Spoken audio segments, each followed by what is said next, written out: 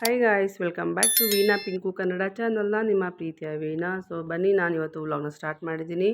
ಇದು ಯಾವತ್ತು ಅಂತ ನಿಮಗೆ ಗೊತ್ತಿರ್ಬೋದು ಅನಿಸುತ್ತೆ. ಸೊ 26 ಮಂಗಳವಾರ ನಾನು ಗೌರಿ ಹಬ್ಬದ ದಿನ, ಗಣೇಶ ಹಬ್ಬ 27ಗೆ. ಸೊ ಗೌರಿ ಹಬ್ಬ ಆಗಿದ್ದು 26ನೇ ತಾರೀಕಲ್ವ. ಸೊ ಅವತ್ತು ನಮ್ಮ ಕಡೆ ಹೊಸ್ತಿಲ ತುಳಸಿ ಪೂಜೆ ಅಂತ ಹೇಳ್ತಾರೆ. ಹೊಸ್ಲು ಪೂಜೆ ಮಾಡ್ತೀವಿ, ಅದಕ್ಕೆ ತುಳಸಿ ಪೂಜೆ ಅಂತ ಹೇಳ್ತಾರೆ. ಸೊ ಅದನ್ನು ನಾನು ಮಾಡೋಕ್ಕೆ ಅಂದ್ಬಿಟ್ಟೆಲ್ಲ ರೆಡಿ ಮಾಡ್ಕೊಂಡಿದ್ದೆ. ಸೊ ಮಾಡ್ತಾಯಿದ್ದೀನಿ.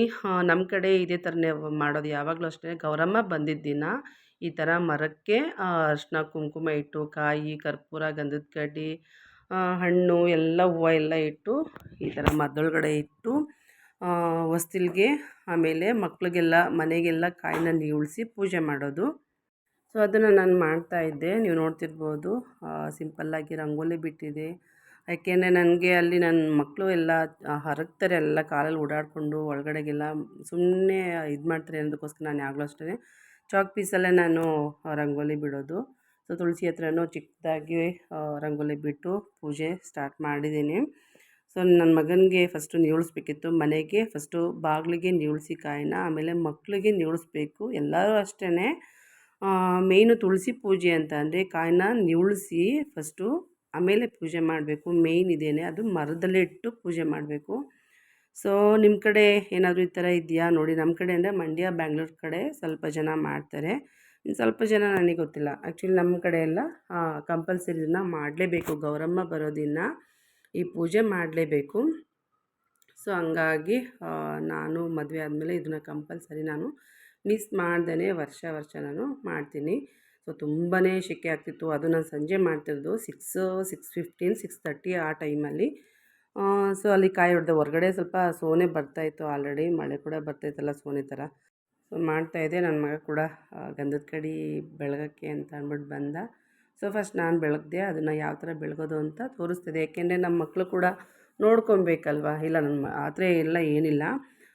ಅವ್ರ ಪಪ್ಪ ಅಷ್ಟೇ ದೀಪ ಹಚ್ಚುವಾಗೆಲ್ಲ ಅವನು ಹೆಲ್ಪ್ ಮಾಡ್ತಾನೆ. ಹೂವುಗಳೆಲ್ಲ ಹಳೆ ಹೂವುಗಳೆಲ್ಲ ತೆಗೆದಾಕ್ಬಿಟ್ಟು ಮತ್ತೆ ಹೊಸ ಹೂವುಗಳೆಲ್ಲ ಹಾಕೋದು, ಈ ಥರ ಹೆಲ್ಪ್ ಮಾಡ್ತಾನೆ. ಎಲ್ಲನೂ ಪ್ರತಿಯೊಂದೂ ಮಕ್ಳುಗಳಿಗೆ ನಾವು ಕಲಿಸೋದಲ್ಲ, ಅವರು ನಾವು ಮಾಡೋವಾಗ ಏನು ನೋಡ್ಕೋತಾರೆ, ನೋಡಿಕೊಂಡು ಹೇಗೆ ಮಾಡ್ತಾರೆ ಅನ್ನೋದು ಮೇಯ್ನ್ ಆಗುತ್ತೆ ಅಲ್ವಾ. ಸೊ ಹಂಗಾಗಿ ನಾನು ಏನೇ ಆಗಲಿ ನಮ್ಮ ಮನೇಲಿ ನಾನು ಮಾಡೋವಾಗ ಪ್ರತಿಯೊಂದನ್ನು ಕೂಡ ನಮ್ಮ ಮನೇಲಿ ನನ್ನ ಮಕ್ಕಳು ಕೂಡ ಅಬ್ಸರ್ವ್ ಮಾಡ್ತಾರೆ. ಸೊ ಅದೇ ಥರನೇ ನಾನು ಹೆಂಗೆ ಮಾಡ್ತೀನೋ ಅದೇ ಥರನೇ ಅವರು ಕೂಡ ಮಾಡ್ತಾರೆ. ಸೊ ಫೈನಲಿ ಕಾಯಿ ಹೊಡೆದು ಹಣ್ಣು ಕಾಯಿ ಎಲ್ಲ ಪೂಜೆ ಮಾಡಿ ಆಯಿತು. ಸೊ ಹೊರಗಡೆಗೆ ಲಾಸ್ಟಲ್ಲಿ ಕರ್ಪೂರ ಹಚ್ಚಿರಲಿಲ್ಲ.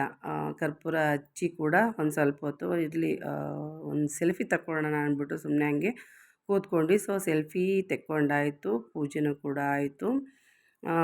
ಪೂಜೆ ಎಲ್ಲ ಆದಮೇಲೆ ಇದು ನೆಕ್ಸ್ಟ್ ಡೇ ಗೌರಮ್ಮ ಬರೋ ದಿನ ಸ್ವೀಟ್ ಏನೂ ಮಾಡಿರಲಿಲ್ಲ ಆವತ್ತು. ಯಾಕೆಂದರೆ ಧರ್ಮು ಸೆಕೆಂಡ್ ಶಿಫ್ಟ್ ಇದ್ರಲ್ವ. ಸೊ ಅವರಿದ್ದಾಗಲೇ ಮಾಡೋಣ. ಗಣೇಶನ ಹಬ್ಬದ ದಿನ ಅಂದರೆ 27ನೇ ತಾರೀಕು ಅವ್ರಿಗೂ ರಜೆ ಇತ್ತು, ಮಕ್ಳಿಗೂ ರಜೆ ಇರುತ್ತೆ ಅಂದ್ಬಿಟ್ಟು ನಾನೇನು ಮಾಡಿದೆ ಅವತ್ತು ಮಾಡ್ತಾಯಿದ್ದೀನಿ. ಸೊ ಅವತ್ತು ನಾನು ಏನೇನು ಮಾಡಿದ್ದೆ ಅಂದರೆ ವಡೆ ಮಾಡಿದೆ, ಪಾಯಸ, ಹಾಗೆ ಪಲಾವು, ಮೊಸರು ಗೊಜ್ಜು, ಮತ್ತು ಪ್ರಸಾದಕ್ಕೆ ಗಣಪತಿಗೆ ಪ್ರಸಾದ ಅಂತ ಅಂದ್ಬಿಟ್ಟು ಕಡಲೆಕಾಳ್ದು ಫ್ರೈ ಮಾಡಿದೆ ಉಸ್ಲಿ. ಸೊ ನೋಡಿ, ನಾನು ಇದ್ರದ್ದು ರೆಸಿಪಿ ಎಲ್ಲ ಏನೂ ತೋರಿಸಿಲ್ಲ. ವಡೆ ಮಾತ್ರ ತುಂಬಾ ಟೇಸ್ಟಿಯಾಗಿತ್ತು, ಹಾಗೆಯೇ ಕ್ರಿಸ್ಪಿ ಕೂಡ ಆಗಿತ್ತು, ಸಖತ್ತಾಗಿತ್ತು. ಇನ್ನೊಂದು ಸಲ ನಾನು ಯಾವತ್ತಾದರೂ ಮಾಡುವಾಗ ನಾನು ಏನೇನು ಹಾಕ್ತೀನಿ, ಹೇಗೆ ಮಾಡ್ತೀನಿ ಅನ್ನೋದನ್ನು ಕೂಡ ನಾನು ನಿಮ್ಮ ಜೊತೆ ಶೇರ್ ಮಾಡ್ಕೊತೀನಿ.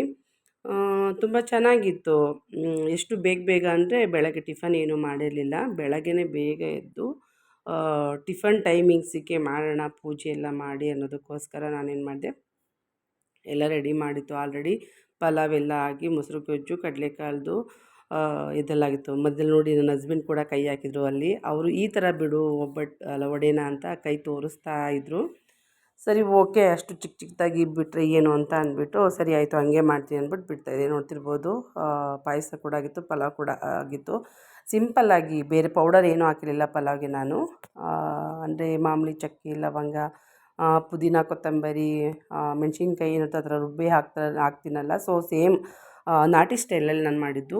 ಐಟಮ್ಸ್ ಎಲ್ಲ ತುಂಬಾ ಚೆನ್ನಾಗಿ ಬಂದಿತ್ತು. ನನ್ನ ಮಗನ ನೋಡಿದ್ರಲ್ಲ, ಚಿಕ್ಕ ಮಗು, ನಾನು ಯಾವಾಗಲೂ ಅಷ್ಟೇ ಹೊಟ್ಟೆ ತುಂಬ ಊಟ ಆದಮೇಲೆ ಫೈನಲ್ಲಾಗಿ ಅವ್ನು ಹಂಗೇ ಕೂತ್ಕೊಳ್ಳೋದು. ನೀವು ಅಂದ್ಕೋಬೋದು ಯಾವಾಗಲೂ ಹಿಂಗೆ ಕಾಲು ಹಿಡ್ಕೊಂಡು ಕೂತಿರ್ತಾನಲ್ವ ಅಂತ.